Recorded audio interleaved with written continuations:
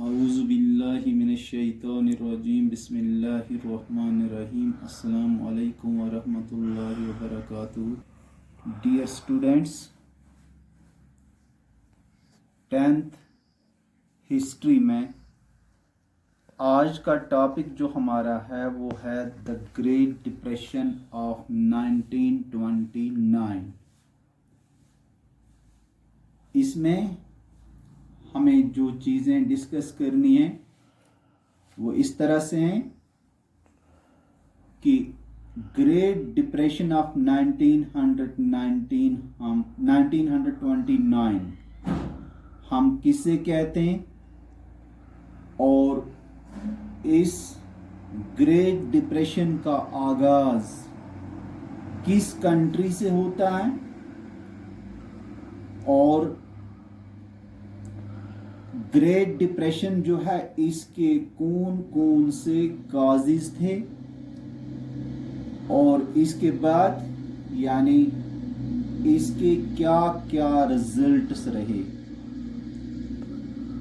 ये great depression of 1929 यानी दूसरे लफ्जों में हम इससे कहते हैं economic crisis of 1929 to 1933. It started in the United States of America, यानी इसका आगाज यूनाइटेड स्टेट्स ऑफ अमेरिका से शुरू होता है और आहिस्ता आहिस्ता बहुत सारे ममालिक को इसने अपनी गिरफ्त में लिया।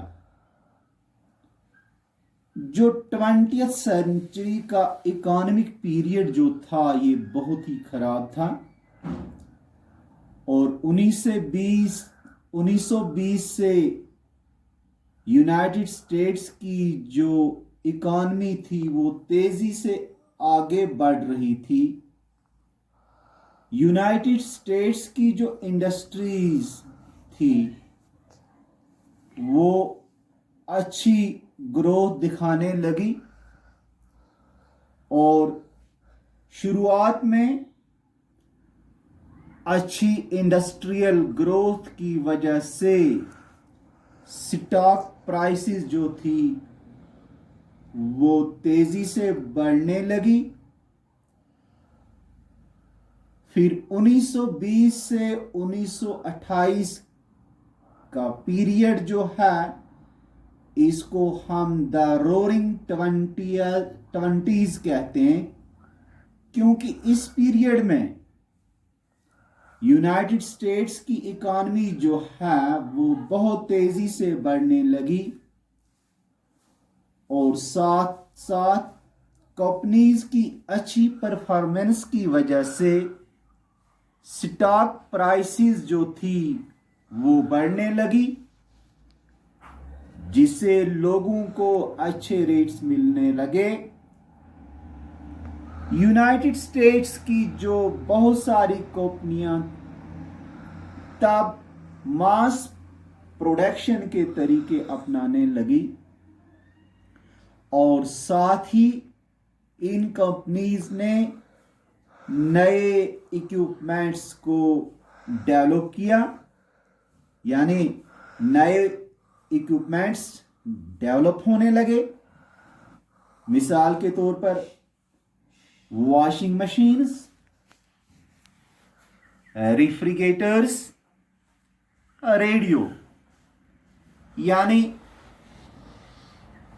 ये इक्विपमेंट्स जो थी इनकी कीमतें हर 2 साल में दुगना होने लगी जिसकी वजह से कंपनीज के जो शेयर प्राइसेस थे वो लगातार बढ़ने लगे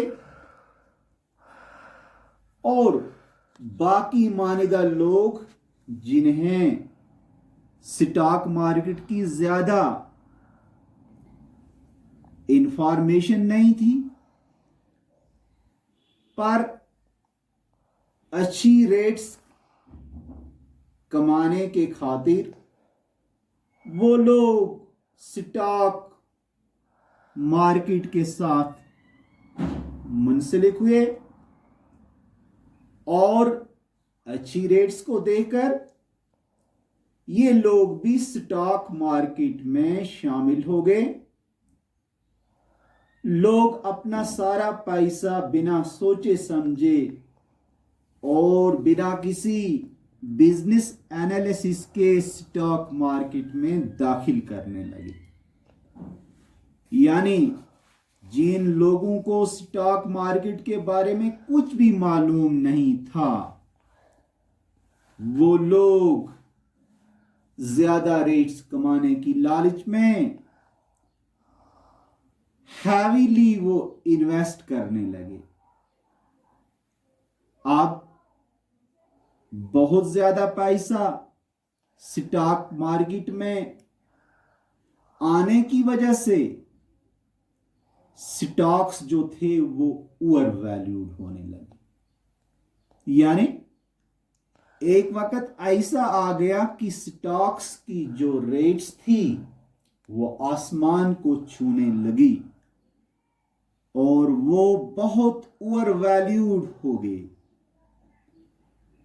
अगस्त 1929 का पीरियड जो था, तब तक स्टॉक प्राइसेस जो थी वो ऊंची सतह तक पहुंच गई, वो ऊंची लेवल तक पहुंच गई, जो कि लगातार बढ़ने लगी और कंपनीज के एक्चुअल वैल्यूज से काफी ज्यादा बढ़ गए। एक्चुअली 1929 का जो पीरियड है, शुरुआती पीरियड, यूनाइटेड स्टेट्स की जो इकोनॉमिक ग्रोथ थी वो काफी सुस्त होने लगी, जिससे कंपनीज का प्रोडक्शन जो था, उनकी जो पैदावार थी वो कम होने लगी, बेरोजगारी बढ़ने लगी और वो लोग जिन लोगों के जॉब्स बच गए थे उनकी तनख्वाहें कम होने लगी। इसके अलावा खुशकसाली की वजह से एग्रीकल्चर सेक्टर जो था उसमें बहुत ही प्रॉब्लम्स हो गई। एग्रीकल्चरल सेक्टर प्रॉब्लम में फंस गया था, तो डाउनफॉल यानी इकोनॉमिक डाउनफॉल की शुरुआत होने लगी। इसके बावजूद भी लोग स्टॉक मार्केट में यानी बड़ी तेजी के साथ आग की तरह पैसा डालने लगे। 1927 से लेकर 1929 तक इन दोनों सालों में यानी यूनाइटेड स्टेट्स के स्टॉक मार्केट्स के वैल्यूज जो थे वो दुगना हो गए थे। फिर अगस्त 1929 तक मार्केट बहुत ही ऊंची सतह तक पहुंच गया था। 24 अक्टूबर 1929 से यानी मार्केट जो है ये बर्स्ट होने लगा और 24 अक्टूबर 1929 को स्टॉक मार्केट जो है ये बहुत ही नीची सतह तक आ गया, यानी बहुत गिर गया। फिर अक्टूबर 1929 को